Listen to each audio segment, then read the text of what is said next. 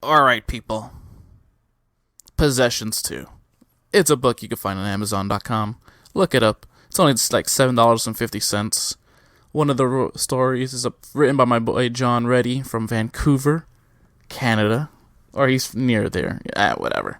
So anyway, it's a collection of short stories about, inanimate objects that somehow bring fear into the heart of man. Or woman, whatever. But check it out, let's read, people, before reading becomes a lost art. So before I officially get started on the podcast, Movie Marks, the one you're listening to right now, I want to give a shout out to President Clinton for helping us out here. He really carried this episode. This episode is about the Jesse the Body Ventura story, a movie that was on NBC. So, once again, thank you, President, for downloading this episode, sharing this episode, embedding it, or streaming it, or whatever you guys do. Just, keep listening and keep helping us out, We like feedback. And on with the show. And welcome to a special edition of the This Is Happening podcast. This is part of our monthly special called Movie Marks, where we discuss all things movies related to the world of professional wrestling. I'm Diego Santos, and joined with me is... I am the one and only. I'm President Clinton. Alright, Prez. The year was 1999, I think this came out? I do believe in 99, after the big elections of 1998. Well, what were you doing around 99? Was there anything newsworthy happening in the Clinton world at that time? I had just been impeached. Recovering from that. Had a pretty good year. Trying to plan what I was going to do when I grew up. That sort of thing. Got my wife out of the house for a while. I was having a good time. What were you doing in 99? 99, I graduated high school about a few years ago, and just kept doing pretty much what I do now. Working at nightclubs, working a day job, and watching wrestling. Well, there you go. But you couldn't escape what happened in 98. It was a big time because Jesse the Body Ventura was elected governor of Minnesota. Yeah, and I think a few months later he was a special referee in SummerSlam. So, circle of life. They finally brought him back. He had to become governor first. Yeah. Oh, man. Did you see this movie when it first came out? Well, actually, I forgot to even start it. We're reviewing the Jesse Ventura story. Yes. I did not remember this movie at all. So if I did see it, it was completely forgettable. Yeah, I remember seeing the commercials for it and going, man, I'm going to watch that, and I never did. Yeah, I really don't think I watched it until I watched it for this. Yeah, it's classic. It's I swear it might be done by the same people who did the Wrestling Secrets, like that magician show, but with wrestling secrets. Where Harley Race stooged off the business. Harley Race. I think Pitbull number 2 was one of them. And I might have to do an episode about that. Yeah, because there's a whole segment in this that's just straight out of that playbook. Like, the eye rake off the ropes is actually my thumb. Yeah, this movie is weird on a number of levels because none of the stuff is period. None of the guys, other than the spot-on superstar Billy Graham, are period wrestlers. Yeah.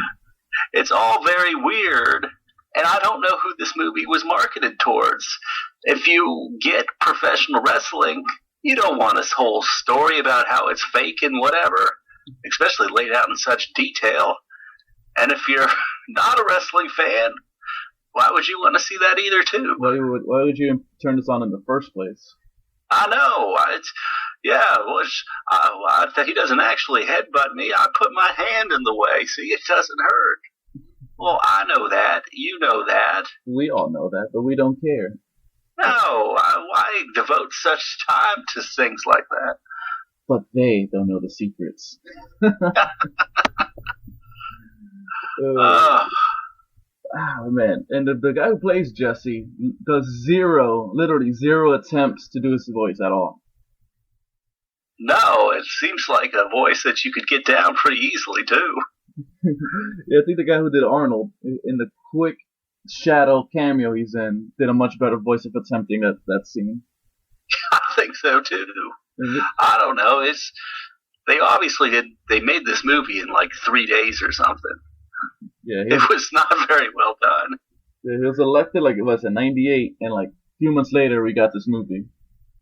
Actually, the only part of this movie that is factually accurate is the that scene where he's doing the makeup for Predator, and he has the gun from Predator. That's it. That's the only part that's like factually accurate in this movie. Well, he was elected governor too, so that's factual. Yeah, that part also. Yeah, so there's only 2 facts in this entire movie. I did crack up, and it made it look like Arnold was the PA. Like, Jesse, time to get the set, Jesse. Yeah, I don't know. There's little research in all this. Do you remember the great Canyon and Jesse Ventura matches? Oh, those are, I mean, I grew up on those matches. I loved it when they used to wrestle on Nitro. Yeah, and when Gorilla Monsoon and Jesse used to do commentary for WCW. Yeah, it was great. Talk about spot on casting for Gorilla Monsoon too. Like, get a fat man with glasses. That'll be good enough. Yeah, oh god, and the quote unquote commentary by Jesse is the worst. It's just him screaming, hit him, It's like they didn't watch anything to prepare for this. Oh man, they just like, I think like they just like, alright, there's like poor Canyon. Like, I think he did the most research in this movie. Actually, the part that I think they actually might have done research is the part where Jesse did talk about unionizing. I could see that, yeah, but it was so sappy how they did that. Yeah. Like, guys, I don't know. We don't have health insurance. We should really do something. And then they've got, I don't know, this little Indian man who's the evil promoter. Yeah, he kind of. I don't know who he's supposed to be. Yeah, he reminds me of somebody, but I can't put my finger on him. Oh man, yeah. Then they had in the whole unions thing. I felt like I didn't know if I was watching the Jesse story or the Bernie Sanders story. I don't know. I mean, Jesse was big on trying to unionize wrestling. At least he says he was, and he's a lot of people put roadblocks up in his way. Stooged him out. Yeah, a certain guy that's not a fan of the Blizzaks is supposed to be the main one. Are you stooging on his Hulk? Yeah, on the his Hulk. Yeah, poor his Hulk.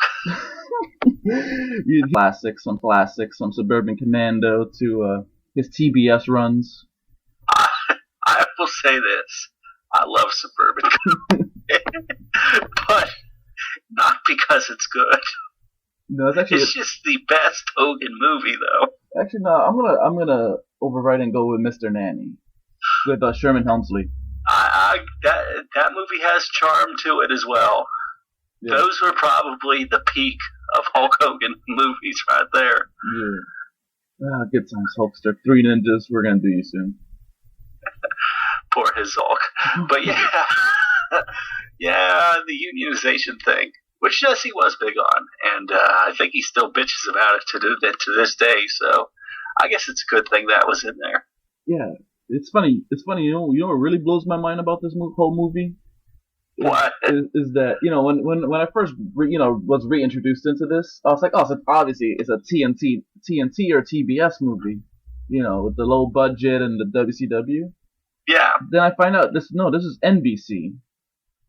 NBC. Yeah, so this is like national, like not like low budget cable, but like a national television. I wonder why. I assumed it was like a TNT movie too, and that's why I assumed they had to go with WCW stuff. Yeah, I wonder why they couldn't come to terms with WWE over using their stuff. Well, I mean, they do cover this one section of wrestling history that to this day us wrestling fans still talk about, we still debate about, which is the infamous Los Angeles Screwjob. Yes, the Los Angeles Screwjob with Jesse on commentary. And he's the one who warned Captain Hero, "It's a smaz." That's when they usually book the matches. Is the commentator halfway through the match. Yeah, that's how it works. The commentator just turns his mic off, tells the ref schmoz, and then it happens. Yeah. You know. Well, you know this screw job that happened between I think it was Raven. Yes, it was. And what was the other, Captain Hero? Captain Hero or Captain Good Guy? I don't know. Babyface Magoo. So they were supposed to do this. Captain Nice. Yeah, they're supposed to do this schmoz ending where nobody wins, but Raven, for the first time ever, uses a sharpshooter. And then the evil Indian owner comes down and tells him to ring the bell.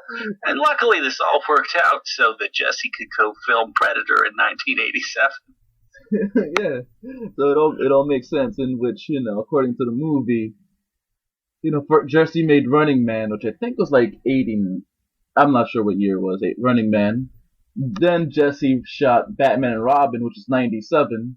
To then afterwards shoot Predators, which is 1987. I actually, that was the big takeaway from that movie, was I never realized that was Jesse Ventura and Batman and Robin. Yeah. And then I saw that scene and I'm like, holy shit. Yeah. I guess that was Jesse. Yeah, and the other guard was the Conan from the Conan TV show. I don't know if you've ever seen that. No, I know what you're talking about, but actually now I recognize him, but I never put that together that was Jesse in that movie. Yeah, this movie kind of like highlighted that because I was like, oh shit, that's right, he wasn't whatever. And then like I said, I just remembered Conan was also in it, ironically guarding Schwarzenegger. Well, as they, I guess, beat over your head there, Jesse only got parts because Arnold liked him. Yeah, that's the only roles Jesse's had besides the other movie that we originally were gonna review, but then once I saw this, I'm like, oh, we gotta do this one instead. Originally, we were gonna do Tag Team with Jesse and Roddy Piper. Yeah, and I'm sure that'll be quite an episode when you have it too. I think there's also a pilot with Roddy Piper and I think Bret Hart for a TV show that I think exists in the ether that never made it. Really? You might want to look into that too. Oh man, I gotta Google that. Oh man. Ah man, the LA screw job. It was so dramatic the way that he looked at Jesse. To this day we still talk about that. I don't know. What were they going for there? Oh, that happened in wrestling last year. That's a juicy angle. Yes. Let's throw that. Jesse Ventura's story is one that is so interesting to begin with that you don't have to make stuff up. Yeah, it really is. I mean, the whole, obviously being the Navy SEAL, that could take a good chunk of time. Then again, budgetary wise, I see why they only made it into him parachuting. Yeah. In a dark screen, because, obviously that would be a lot of money to do set. He was a bouncer at a biker club. He was a bodyguard for like the Rolling Stones when they were in Minnesota. So, he's done a lot of like really interesting stuff. And for some reason, these guys just did whatever. And I'm pretty sure Jesse wrote a book around this time too. Yeah, and I don't know. Even the stuff about him running for office wasn't even right. I mean, they make it like his campaign was like 3 guys, and he had, I don't know, no help. Like, he had one of the best ad agencies in the country working for him. They're making it like he's shooting his own TV commercials with like a camera and his buddy. Yeah, and actually, I do remember though the hot song of the summer of '98 was "Give It to the Body." I do remember that too. That was quite the to-do at the time. Yeah, still, I was DJing last night in Newark, New Jersey, and I played that track, and the crowd was like, I got the huge nostalgic pop. Like, oh shit, I remember this. I'm like, that's right, give it to the body. Good times. The crowd loved it. I'm surprised people remember it. Yeah, man, they'll forget things like You Can't Touch This and, Gangsta's Paradise, but they'll never forget Give It to the Body. See, people forget Gangster's Paradise, but they'll never forget the Weird Al version. That's true. I can sing that song verbatim. Gangster's Paradise. I know the hook, but that's it. Speaking of like parody, if we could get off subject real quick. A few days ago, my friends and I went to a barbecue, and it was like I guess it was in South Jersey, and it was kind of next to some trailer parks and whatever.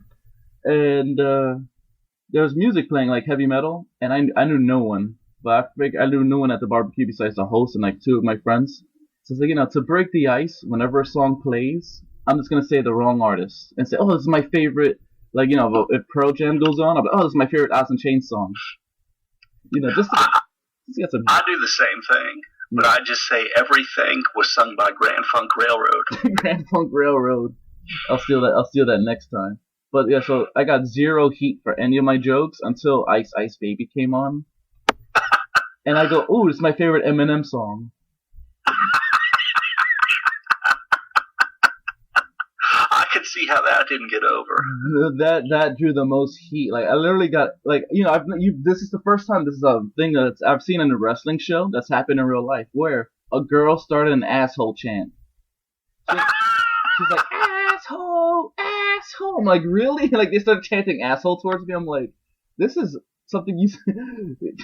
This is like, that just literally blew my mind. It's off subject, but I just thought about that right now. It's like, holy shit, that made no sense. Well, watching this movie, you learned how to get the heat, and you want to be the guy who's booed because that's where it's at. It's true, because, that's what I learned from watching, Superstar Billy Graham. Not the real Billy Graham, but the one from this movie. I think he does a better job of being a superstar than the original Billy was, That had to be the worst superstar Billy Graham ever. They just grabbed anybody. He's just like, hey, come here, read these lines. This little bow on He didn't even do it right. He didn't do the lines. He took parts of them, but they didn't go together. He's like, I'm the man of the hour. Power. No, he didn't even do that. I'm the man of the hour, sweeter than a German chocolate cake. Like he had Billy Graham lines, but not the ones that go together. Yeah, I think they were just afraid maybe they're afraid to be sued, or they're just like, nah, we don't want to, let's just keep this let's keep this train wreck going. We don't want to be too accurate. But he's the only period wrestler in it, though, so I don't know. I bet they could have got Billy Graham for the movie. They probably could have. I mean, because then again, maybe because him and Jesse are good friends. Maybe. Do you know if this movie was authorized or not? I highly doubt it. I highly doubt it, too. You know what what always blows my mind? I keep using that word a lot. I'm kind of drunk already. About wrestling movies, is that the actors usually do their own stunts. Yeah. And they don't get credit for that. It's like when Canyon takes that big back bump over the top rope. I'm like, how many times did he do that? 'Cause that shit must hurt. Well, yeah. That's true. He did take a big bump in the movie. I don't know. Maybe they had a pad there. I don't know. Yeah, I mean, there was a part with a top rope pile driver, which in my notes I wrote okay because I must have been inebriated when I wrote my notes. Top rope pile driver, where that's a scene that leads up to the broken clavicle and the promoters laughing in the shower about it. Yeah, that's right. It's like, I have some very serious news to report. I'm so sad. Somebody actually got hurt, and then he just laughs hysterically. Because that's exactly what James Carney would do. I think that's his name. Is that James Carney? Is that what it is? It's James Chaney.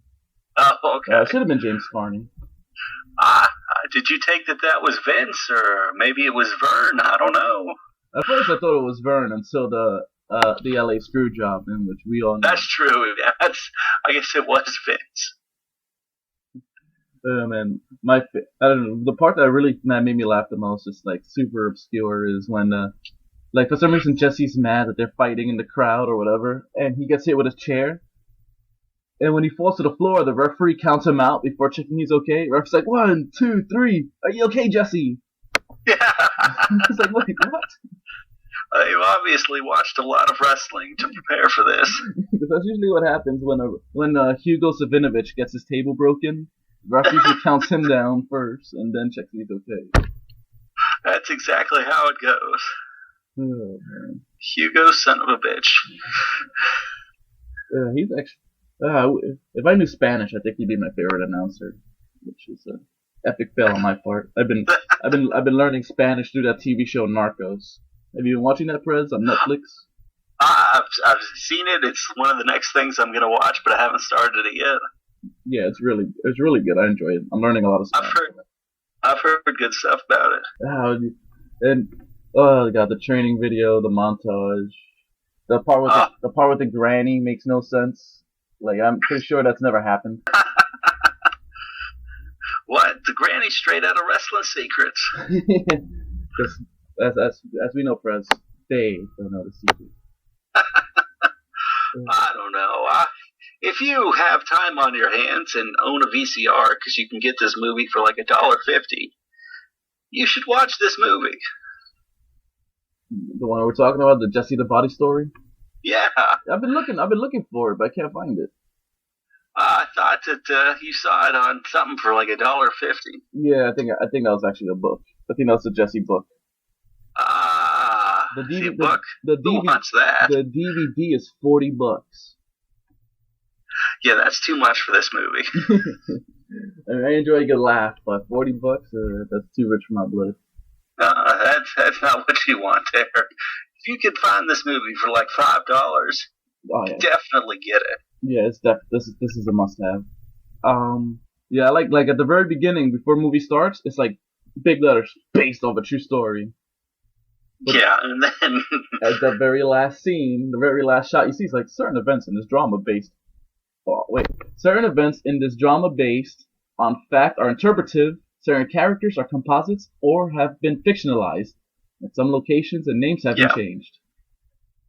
So pretty much I think all they kept was Jesse Ventura and Billy Graham, and the rest, and Gorilla. Did they, I guess, yeah, they did call him Gorilla. Yeah, this is, he's like, I'm here to join you, Gorilla. You're the monsoon of suck. Yeah, that's right. Yeah. I don't know. Looks like you get it on Amazon for like $13.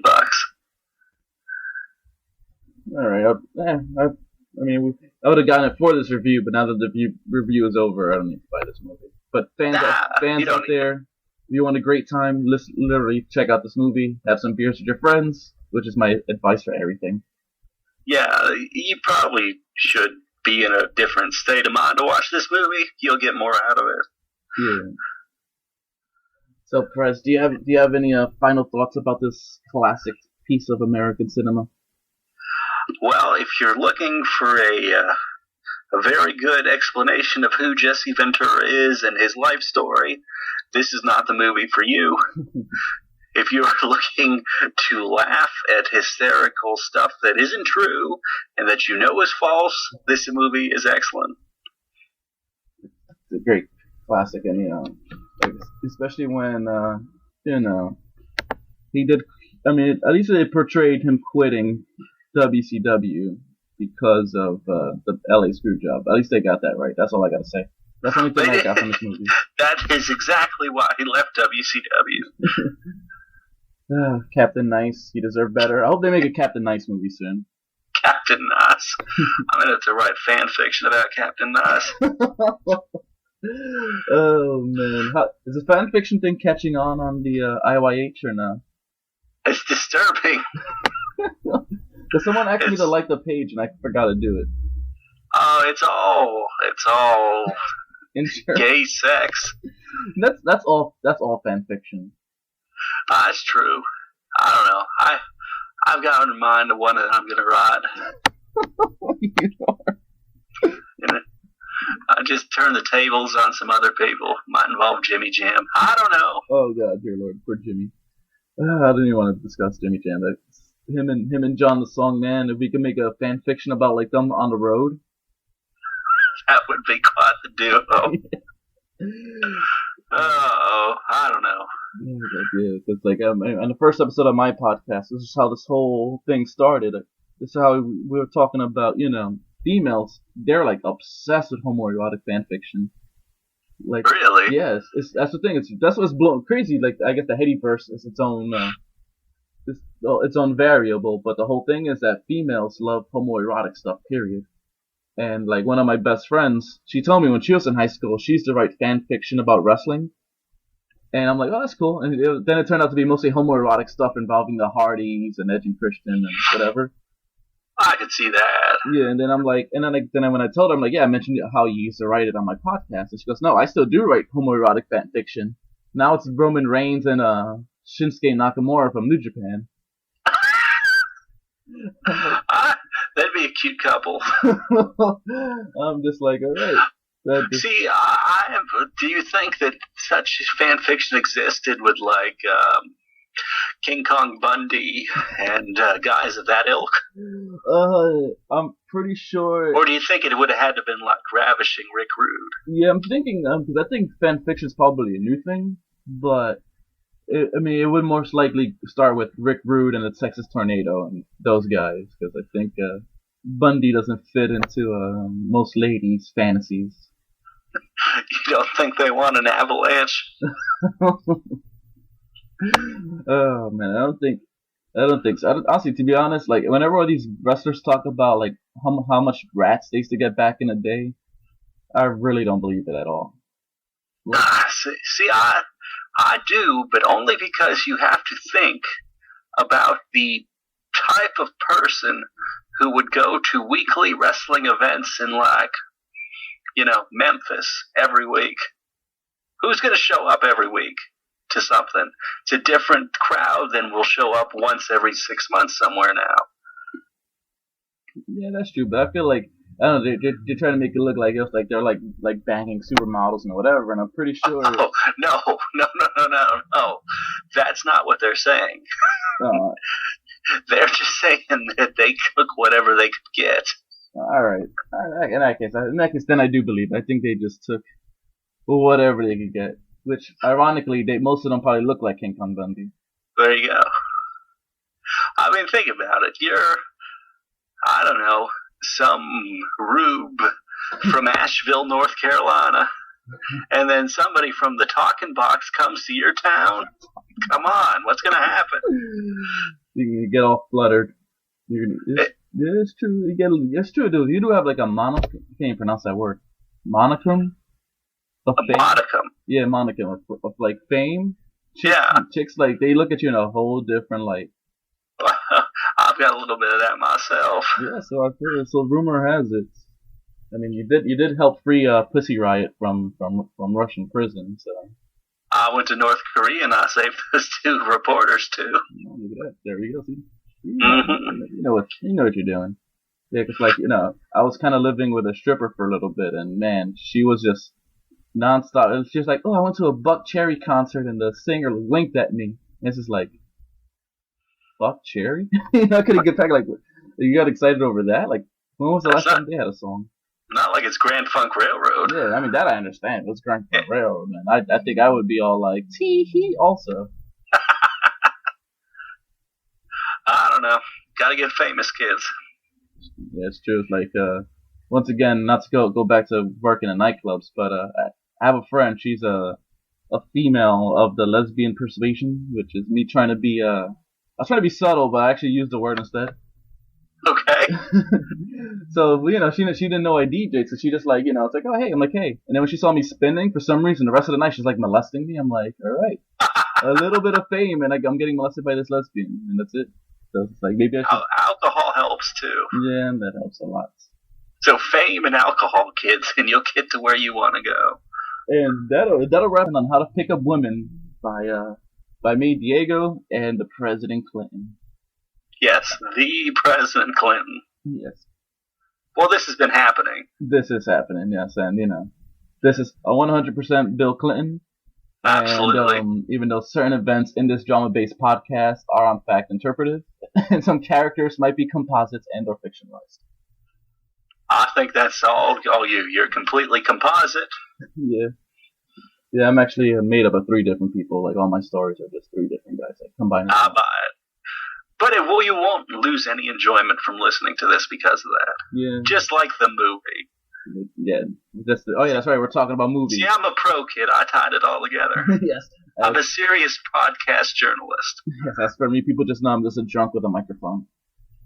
That's how you got to start, though. Yeah, I mean, the one thing Jackie Jones taught me on my first episode, he was like, "Here's my first guest," was Don't let the truth get in the way of a good story.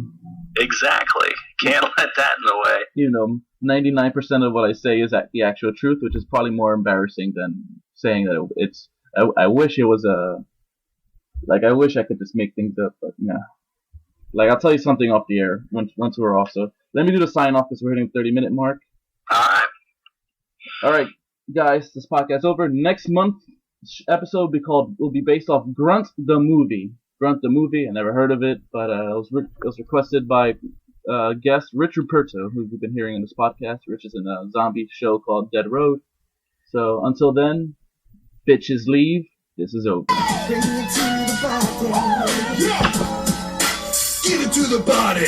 Give it to the body. Jesse's the body. Jesse's the body. Spice up the body. Spice up the body. Spice up the body. Spice up the body. Listen to the man with the people's band. He won't tell you no lie, cause he's a regular guy. Come on, my people. People wanna see what's a jelly bean cream.